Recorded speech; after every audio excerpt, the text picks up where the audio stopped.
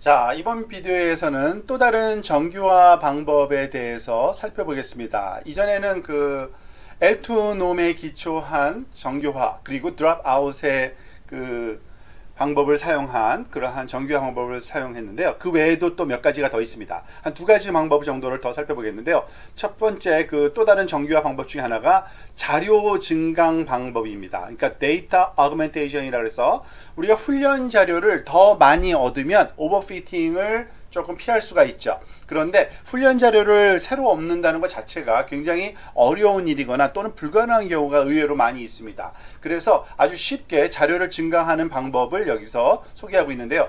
이미지 같은 경우에 예를 들어서 그 캐시인지 아닌지 그것을 판단하는 소위 분류 또는 판단하는 그런 뉴럴 네트워크를 훈련시킬 때 이와 같은 그 고양이 자료가 있다면 그거를 단순히 수평 방향으로 이와 같이 소위 플리핑함으로써 우리가 또 다른 그 데이터를 얻을 수 있게 되는데요. 거의 그러면은 모든 자료가 그 2배로 증가가 될 겁니다. 그것뿐만이 아니라 그것을 줌인하고 그리고 말하자면 고양이인 것이 식별이 불가능하지 않을 정도로 이렇게 로테이션 시키면 또 다른 우리가 그 개수만큼의 그 배수로 우리가 데이터를 증가시킬 수 있겠죠.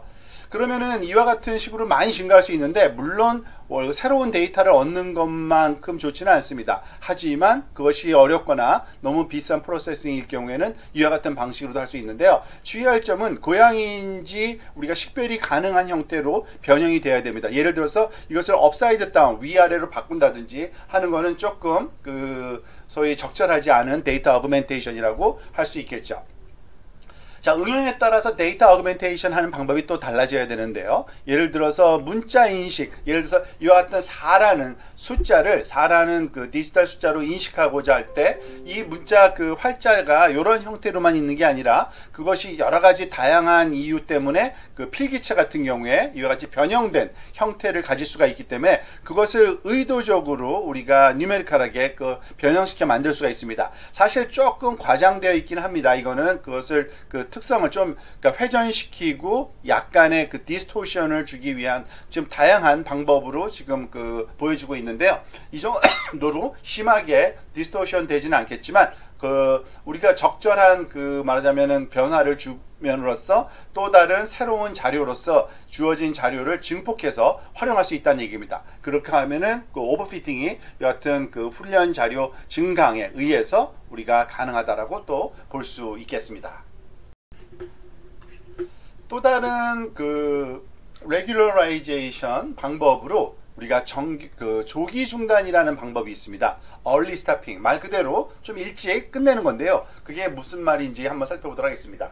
우리가 보통 뉴럴 네트워크를 학습시킬 때 여러 반복 과정을 통해서 학습을 시키죠. 근데 반복 과정 측면에서 우리가 보통 제대로 동작하는지 살펴보기 위해서는 코스트 펑션 또는 소위 훈련 자료의 에러를 측정해서 그거를 소위 관찰하게 됩니다. 보통 반복이 처음 시작할 때는 굉장히 에러가 크다가 코스트가 크다가 점점 감소하는 그러한 양상을 띠는 것을 우리가 보게 됩니다. 즉 이것은 트레이닝 에러 라고도 할 수 있고요. 우리가 어떤 거를 플로팅하느냐에 따라 다른데 똑같은 의미입니다. 또는 코스트 함수의 그러한 크기를 우리가 플로팅해도 마찬가지겠죠.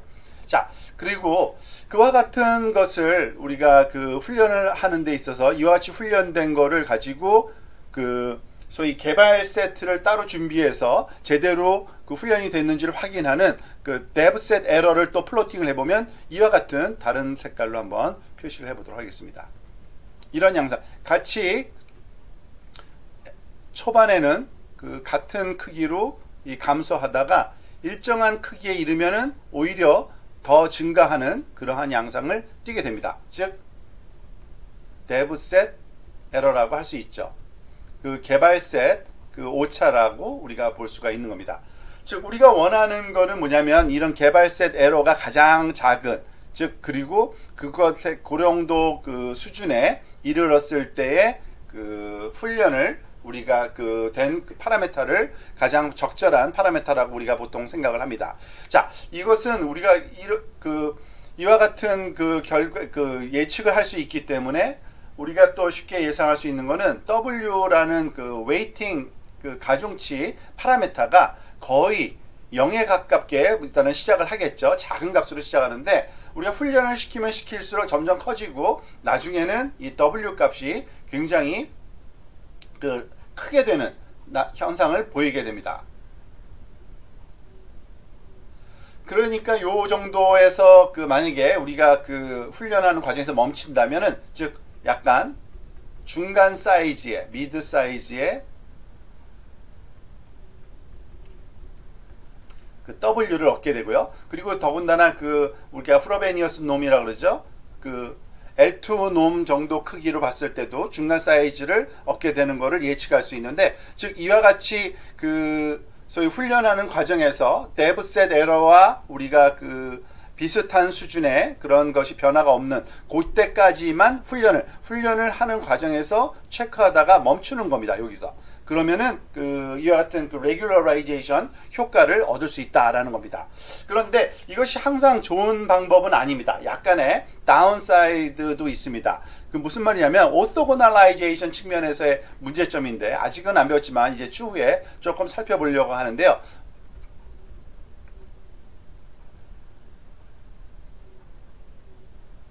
오토고널라이제이션 I-Z-A-T-I-O-N 보통 직교화라고 우리나라 말로는 번역하는 건데요. 이 얘기는 뭐냐면 우리가 그 훈련을 그 뉴럴 네트워크 훈련할 때 제일 먼저 보통 많이 그 하는 것이 그 최적화, 그죠? 뭘 옵티마이즈 하냐면 이걸 좀 지우고 다시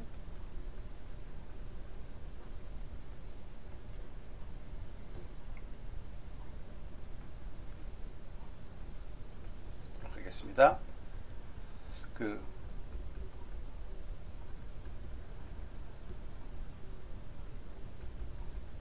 옵티마이제이션을 코스트 펑션에 대해서 그죠? 보통 J라고 우리가 표현하는 코스트 펑션에 대해서 옵티마이제이션을 수행하고 그때 사용할 수 있는 건 뭐 여러 가지 방법이 있습니다. 가장 그 기본적인 거는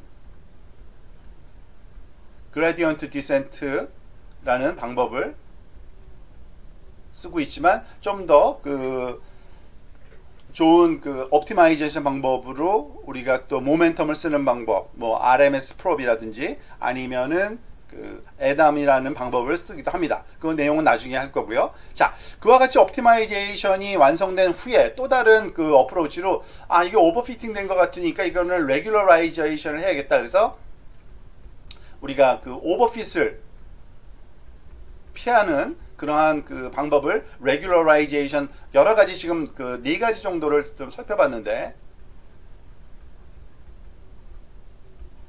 방법을 적용을 하죠. 즉 그 regularization 턴 람다를 쓴다든지 아니면 drop out을 쓴다든지 아니면은 아까 데이터 어그멘테이션 쓴다든지 하는 방법으로 이 오버핏을 제거하려고 합니다. 그런데 이것을 보통은 이렇게 따로따로 우리가 그 어프로치로 그 접근하는 게 가장 일반적입니다. 즉 이와 같은 옵티마이제이션 먼저 하고 그 다음에 이 드롭 그러니까 그 레귤러라이즈 오버피팅을 피하는 걸 따로 하고 하지만 지금 설명한 그 얼리 스탑 같은 경우에는 그거를 한꺼번에 하는 겁니다. 사실은 즉 그 레귤러라이제이션이 따로 없이 옵티마이제이션을 하는 과정 중에서 그냥 그 일정한 그 수준에 도달해서 멈추는 거기 때문에 그렇기 때문에 어떻게 보면은 조금 더 수월해 보이기도 하지만 그것은 좀 그 서로 그 동시에 작업을 함으로써 우리가 진정한 최적화가 이루어졌다고 보기는 조금 힘든 그런 그 소위 그 어프로치라고 또 해석을 할 수 있습니다. 그래서 가장 바람직한 거는 사실은 그 옵티마이제이션을 먼저 우리가 기존의 그 소위 최적화 방법 또는 좀 어드밴스드한 최적화 방법을 한 후에 오버피팅은 또 다른 추가적인 레귤러라이제이션 방식으로 또 접근하는 것이 우리가 가장 그 최적의 그러한 솔루션을 얻는 그러한 방법이라고 볼 수 있고요. 그와 같은 방법으로 하는 것이 보통 그 일반적으로는 더 좋은 효과를 본다고 할 수 있습니다. 하지만 스피드적인 측면에서는 조금 이거는 한꺼번에 하는 거죠. 옵티마이제이션과 레귤러라이제이션을 한꺼번에 함으로써 효율적인 그러한 어프로치라고도 볼 수 있지만 완벽하게 우리가 원하는 그러한 것을 이루었다고 보기는 조금 힘든 어프로치니까 그것을 유의해서 우리 이 early stopping 방법을 사용하시는 게 좀 바람직할 것 같습니다.